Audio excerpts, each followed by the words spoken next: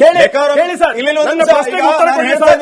ಅವರು ಕೇಶವಗೌಡ್ರೆ ಡೆಕೋರಂ ಮೇಂಟೈನ್ ಮಾಡೋಣ, ಎಲ್ಲಾ ಗೆಸ್ಟ್ಗೆ ನಾನು ಹೇಳ್ತಾ ಇದ್ದೀನಿ, ನೀವು ಮುಂದುವರಿಸಿ. ಎಸ್ ಸರ್, ಇಲ್ಲಿ ಕೇಳಿ, ಅವರು ಮಧ್ಯದಲ್ಲಿ ಬಾಯಿ ಹಾಕುದು ಬೇಡ, ಸ್ವಲ್ಪ ಅದಕ್ಕೆ ಉತ್ತರ ಮತ್ತೆ ಕೊಡ್ಲಿ. ಪೋಸ್ಟ್ ಮಾರ್ಟಮ್ ಮಾಡುವಾಗ ಇಲ್ಲಿ ಬೇಡ, ಸರ್ಕಾರಿ ಆಸ್ಪತ್ರೆಯಲ್ಲಿ ಬೇಡ, ಹೊತ್ತಾಗಿದೆ, ನಾಳೆ ಹೋಗಿ ನಾವು ಮಂಗಳೂರಿನ ಆಸ್ಪತ್ರೆಯಲ್ಲಿ ಪೋಸ್ಟ್ ಮಾರ್ಟಮ್ ಮಾಡುವ ಅಂತ ಹೇಳುವಾಗ ಬೇಡ ಸರ್, ಯಾವುದು ಬೇಡ, ಅವಳದ್ದು ಈಗ ಆಗಿದೆ, ನಮಗೆ ಹೆಣವನ್ನು ಹಿಂದಕ್ಕೆ ಕೊಡಿ ಸಾಕು, ಪೋಸ್ಟ್ ಮಾರ್ಟಮ್ ಕೂಡ ಬೇಡ ಅಂತ ಹೇಳಿದವರು ಯಾರು ಸರ್? ಸ್ವಲ್ಪ ಕೇಳಿದ್ದನ್ನೆಲ್ಲ ಕೇಳ್ಕೊಳ್ಳಿ. ಆಮೇಲೆ ಕೊನೆಯದಾಗಿ ನಾನು ನೋಡಿದ್ದೇನೆ ಅಂತ ಹೇಳಿ ದೊಡ್ಡ ಮಾವ ಹೇಳ್ತಾರೆ, ಸಣ್ಣ ಮಾವ ಹೇಳ್ತಾರೆ ನಾನು ಕೊನೆಯದಾಗಿ ನೋಡಿದ್ದೇನೆ ಅಂತ ಹೇಳ್ತಾರೆ. ಯಾವುದು ಹೇಳಿಕೆ ಸತ್ಯ ಸರ್? ಸಂತೋಷ್ ರಾವ್ ಅಲ್ಲೇ ಇದ್ದಾನೆ ಅಂತ ಹೇಳುದಕ್ಕೆ ಅಲ್ಲಿ 2-3 ಜನ ಹೇಳಿದ್ದಾರೆ. ನಾನು ಕೂಡ ಸ್ಟೇಷನ್ಗೆ ಹೋದಾಗ ಸಂತೋಷ್ ರಾವ್ ಒಂಥರ ಮಾನಸಿಕದಲ್ಲಿ ಕೂತ್ಕೊಂಡಿದ್ದ, ಇಷ್ಟು ಅವರಲ್ಲಿ ಚಾಕ್ಲೇಟ್ ಇತ್ತು, ಒಂಥರ ಗಾಂಜಾ ವಾಸನೆ ಬರ್ತಿತ್ತು, ಇದನ್ನೆಲ್ಲ ಕಣ್ಣಾರೆ ನೋಡಿದವನು ನಾನು. ಕರಾಟೆ ಮ್ಯಾನ್, ಬಹಳ ಫಿಟ್ನೆಸ್ ಆಗಿದ್ದ. ಆಗ ಬಂದು ಊರಿನವರು ಬಂದು ನನಗೆ ಕೊಡಿ ಅಂತ ಕೇಳಿದಾಗ ಇದೇ ಮಹೇಶ್ ಹೋಗಿ ಬೆಟ್ಟದಲ್ಲಿ ಠಾಣೆಯಲ್ಲಿ ಗಲಾಟೆ ಮಾಡಿದ್ದು ಯಾಕೆ? ಸಂತೋಷ್ ರಾವ್ ಅನ್ನೋದ್ರಲ್ಲಿ ವಾದ ಮಾಡ್ತಾರೆ. ಕೋರ್ಟ್ ಸ್ಪಷ್ಟವಾಗಿ ಹೇಳಿದೆ, ಒಂದು ಸಣ್ಣ ಕ್ಲೂ ಕೂಡ ಸಾಕ್ಷ್ಯಾಧಾರ ಇಲ್ಲ, ಕ್ಲೂ ಕೂಡ ಇಲ್ಲ ಸಂತೋಷ್ ರಾವ್ ಮೇಲೆ ಅಂತ ಹೇಳಿ. ಕ್ಲೂ ಅಂತ ಹೇಳಿಲ್ಲ, ಸೂಕ್ತ ಅಂತ ಹೇಳಿದೆ. ಸಣ್ಣ ಸಾಕ್ಷ್ಯಾಧಾರ ಇಲ್ಲ, ಸಣ್ಣಕ್ಕೆ ತುಂಬಾ ಸೂಕ್ತ ಕ್ಲೂಗಳು ಇಲ್ಲ ಅಂತ ಹೇಳ್ತೀವಿ. ಸೂಕ್ತ ಅನ್ನೋದನ್ನ ಬೇರೆ, ಸಣ್ಣ ಅನ್ನೋದು ಬೇರೆ. ಸರಿ, ಸೂಕ್ತ ಅಂತಾನೆ ಇಟ್ಕೊಳ್ಳೋದು.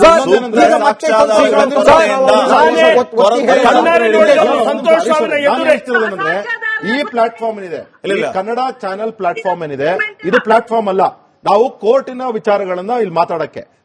ಒಂದು ವಿಚಾರ, ಅಕಸ್ಮಾತ್ ಇದಕ್ಕೆಲ್ಲ ಸೌಜನ್ಯ ನ್ಯಾಯ ದೊರಕಬೇಕು ಅಂತ ಎಲ್ಲರ ಇಂಟೆನ್ಷನ್ ಇರೋದ್ರಿಂದ ದಯವಿಟ್ಟು ಸಹ ಆ ಕುಸುಮಾ ಮೇಡಮ್ ಅವ್ರಿಗೆ, ಅಂದ್ರೆ ಸೌಜನ್ಯ ಅವ್ರ ತಾಯಿ ಕುಸುಮಾ ಅವ್ರಿಗೆ ದಯವಿಟ್ಟು ಹೇಳಿ ಸುಪ್ರೀಂ ಕೋರ್ಟ್ಗೆ ಹೋಗ್ಲಿಕ್ಕೆ ಖಂಡಿತವಾಗ್ಲೂ ನ್ಯಾಯ ಸಿಗ್ತಕ್ಕಂಥ ಕೆಲಸ ಆಗುತ್ತೆ.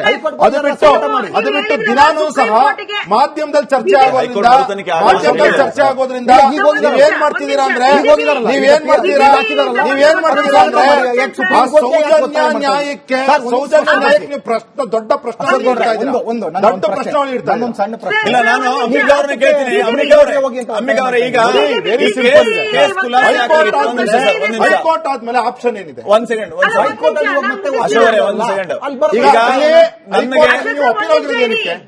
ಅಪೀಲ್ ಹೋಗಿರೋದೇನಕ್ಕೆ? ಸೌಜನ್ಯ ಪ್ರಕರಣಕ್ಕ ಇಲ್ಲ ಬುರುಡೆ ಪ್ರಕರಣಕ್ಕೆ? ಸೌಜನ್ಯ ಪ್ರಕರಣವೂ ಸೇರಿದಂತೆ ಹೋಗಿದ್ದಾರೆ. ಅಲ್ಲೇ ಪ್ರಶ್ನೆ ಇರ್ತಕ್ಕಂಥ ಏನಂದ್ರೆ, ನಾನು ಅದನ್ನೇ ಆಗ್ಲಿಂದ ಹೇಳಿದ್ ನಿಮ್ಗೆ, ಇಲ್ಲ ಈ ಬುರುಡೆ ಕೇಸ್ ಹೋಗಿದ್ದು, ಬುರುಡೆ ಕೇಸ್ ಹೋಗಿದ್ದು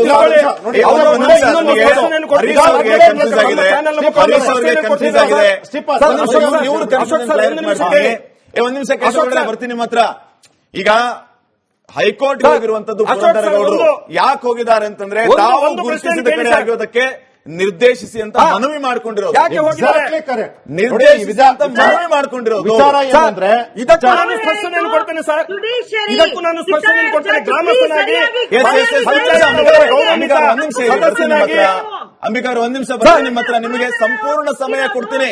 ಕೇಶವಗೌಡರು ಮಾತಾಡಿ ನಿಮ್ಮ ಹತ್ರ ಬಂದ್ಬಿಡ್ತೀನಿ. ಎಸ್ ಕೇಶವಗೌಡ್ರೆ, ಮಿಸ್ಗೈಡ್ ಮಾಡಬೇಡಿ ಪ್ಲೀಸ್. ಒಂದ್ ನಿಮಿಷ ಅಂಬಿಕಾ ಅವ್ರು ನಿಮ್ಮ ಹತ್ರನೇ ಬರ್ತೀನಿ. ನಾನು ಗಮನಕ್ಕೆ ಈಗಲೇ ತರ್ತಿದ್ದೀನಿ, ಮತ್ತೆ ಇದು ಕನ್ಫ್ಯೂಷನ್ ಆಗೋದು ಬೇಡ. ಇವತ್ತು ಪುರಂದರಗೌಡರು ಏನು ಸುಪ್ರೀಂ ಕೋರ್ಟ್ಗೆ ಹೋಗಿ SIT ನಾವು ತೋರಿಸಿದಂತ ಸ್ಥಳವನ್ನು ನೀವು ತೋರಿಸಬೇಕು ಅಂತ ಹೇಳ್ತಾರೆ, ಹೂತಾಕಿದ ಸ್ಥಳವನ್ನು ತೋರಿಸ್ತೇನೆ ಅಂತೇಳಿ.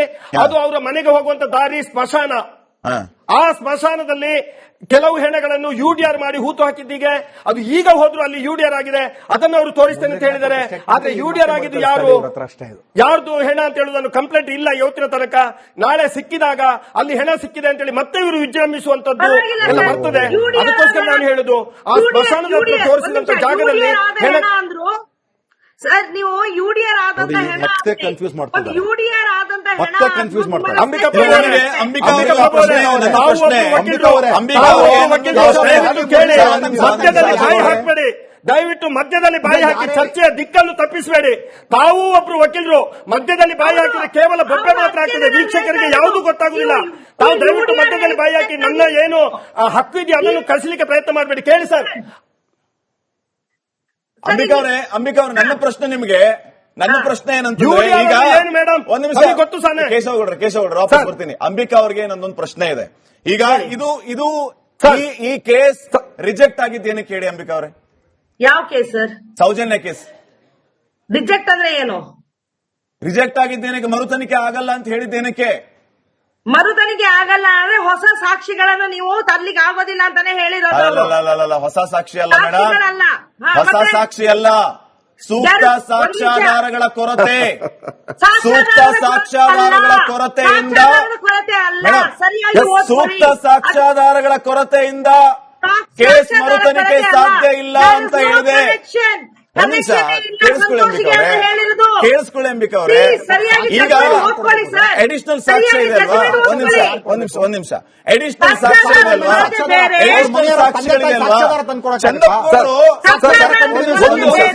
ಅಂಬಿಕಾ ಅವರೇ, ಚಂದಪ್ಪ ನನ್ನ ಪ್ರಶ್ನೆಗೆ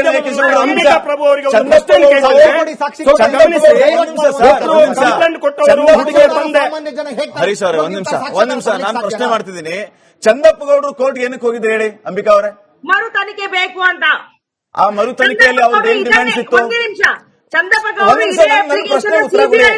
ಆ ಮರು ತನಿಖೆ ವಿಚಾರದಲ್ಲಿ ಅವರು ಬೇಡಿಕೆ ಏನಾಗಿತ್ತು? ಒಂದ್ ನಿಮಿಷ ಅಂಬಿಕಾ ಅವರೇ, ಮರು ತನಿಖೆ ಆಗುವಾಗ ಅವರು ಇಟ್ಟಂತಹ ಬೇಡಿಕೆ, ಅವರು ಮಾಡಿಕೊಂಡಂತ ಮನವಿ ಏನು? ಮರು ತನಿಖೆ ವಿತ್ ವಿಚ್ ಈಗ ನಾನು ಒಂದ್ ನಿಮಿಷ ಅಂಬಿಕಾ ಅವರು ಇಲ್ಲ ನನ್ನ ಪ್ರಶ್ನೆಗೆ ಉತ್ತರ ಕೊಡ್ತಾ ಇಲ್ಲ ಸರ್.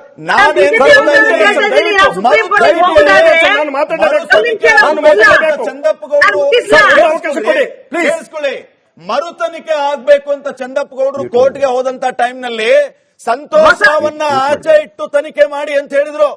ಸಂತೋಷ್ ರಾವನ್ನ ಚಾರ್ಜ್ ಶೀಟ್ ಅಲ್ಲಿ ಆತನೇ ಇದ್ದ ಏಕೈಕ ವ್ಯಕ್ತಿ ಅಂತ ಹೇಳಿದಾಗ ಸಂತೋಷ್ ರಾವನ್ನ ಹೊರಗಿಟ್ಟು ತನಿಖೆ ಮಾಡೋದಕ್ಕೆ ಹೇಗೆ ಸಾಧ್ಯ? ಸಂತೋಷ್ ರಾವನ್ನು ಅದಕ್ಕಿಂತ ಮೊದಲು ಅವರು 2 ಅಪ್ಲಿಕೇಶನ್ ಹಾಕಿದ್ದಾರೆ, ಸಿಬಿಐ ಕೋರ್ಟ್ ಅಲ್ಲೇ ಹಾಕಿದ್ದಾರೆ. ಆ 3 ಜನ ವ್ಯಕ್ತಿಗಳನ್ನು ಸಂತೋಷ್ ರಾವನ್ನ ಹೊರಗಿಟ್ಟು ವಿಚಾರಣೆ ಮಾಡಬೇಕು ಅಂತ ಚಾರ್ಜ್ ಶೀಟ್ ಅಲ್ಲಿ ಇದ್ದಂತೆ ಅವರ ಹೆಸರು, ಅವ್ರನ್ನ ಹೊರಗಿಟ್ಟು ತನಿಖೆ ಮಾಡೋದಕ್ಕೆ ಹೇಗೆ ಸಾಧ್ಯ? ಉತ್ತರ ಕೊಡಿ. ಶ್ರೀಪಾದ್, ಇವ್ರು ಏನಾಗಿದೆ ಅಂದ್ರೆ ಅಂಬಿಕಾ ಅವರು ಸೇರಿಸ್ಕೊಂಡು ಎಲ್ಲರೂ ಸೇರಿಸ್ಕೊಂಡು ಅಂಬಿಕಾ ಪ್ರಭು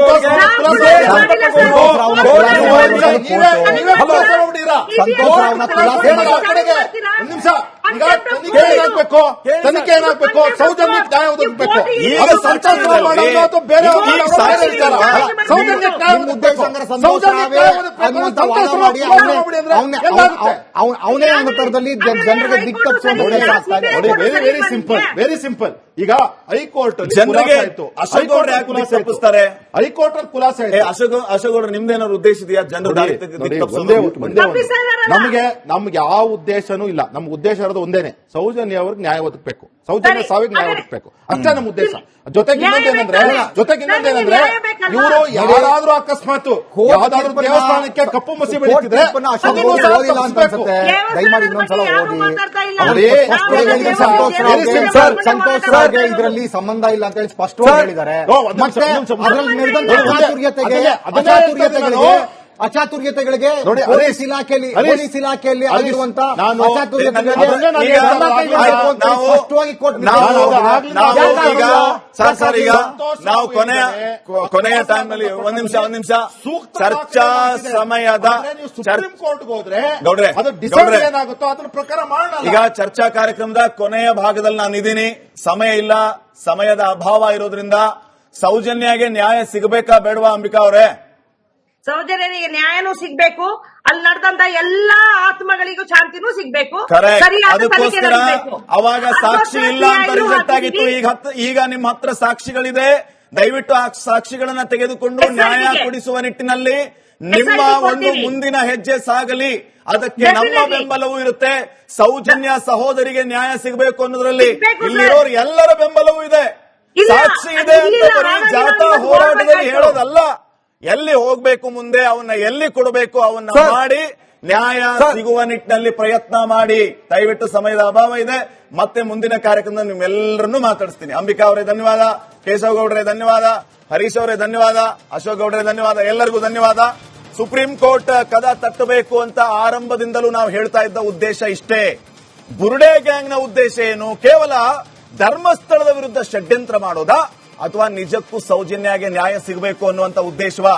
ಆ ರೀತಿ ಇದ್ರೆ ದಯವಿಟ್ಟು ಅವಾಗ ಸಾಕ್ಷಿ ಇಲ್ಲ ಅಂತ ಹೇಳಿ ರಿಜೆಕ್ಟ್ ಆಗಿದ್ದು, ಸಾಕ್ಷಿ ಇದೆ ಅಲ್ವಾ ಈಗ ನಿಮ್ಮ ಹತ್ರ? ಹೋಗಿ ಯಾಕೆ ಹಿಂದೆ ಇಟ್ಟು ಈ ಹಿಂದೇಟೆ ಹಲವು ಅನುಮಾನಗಳಿಗೆ ಕಾರಣ ಆಗ್ತಾ ಇದೆ. ಮುಂದಿನ ಸಮಯದಲ್ಲಿ ಇದಕ್ಕೆ ಉತ್ತರ ಸಿಗುತ್ತಾ ಕಾದ್ ನೋಡೋಣ. ಇದಾಗಿತ್ತು ಇವತ್ತಿನ ಮಹಾಭಾರತ ಡಿಬೇಟ್ ವಿಶೇಷ ಕಾರ್ಯಕ್ರಮ. ನೋಡ್ತಾ ಇರಿ ರಿಪಬ್ಲಿಕ್ ಕನ್ನಡ, ಇದು ನಿಮ್ಮ ಧ್ವನಿ.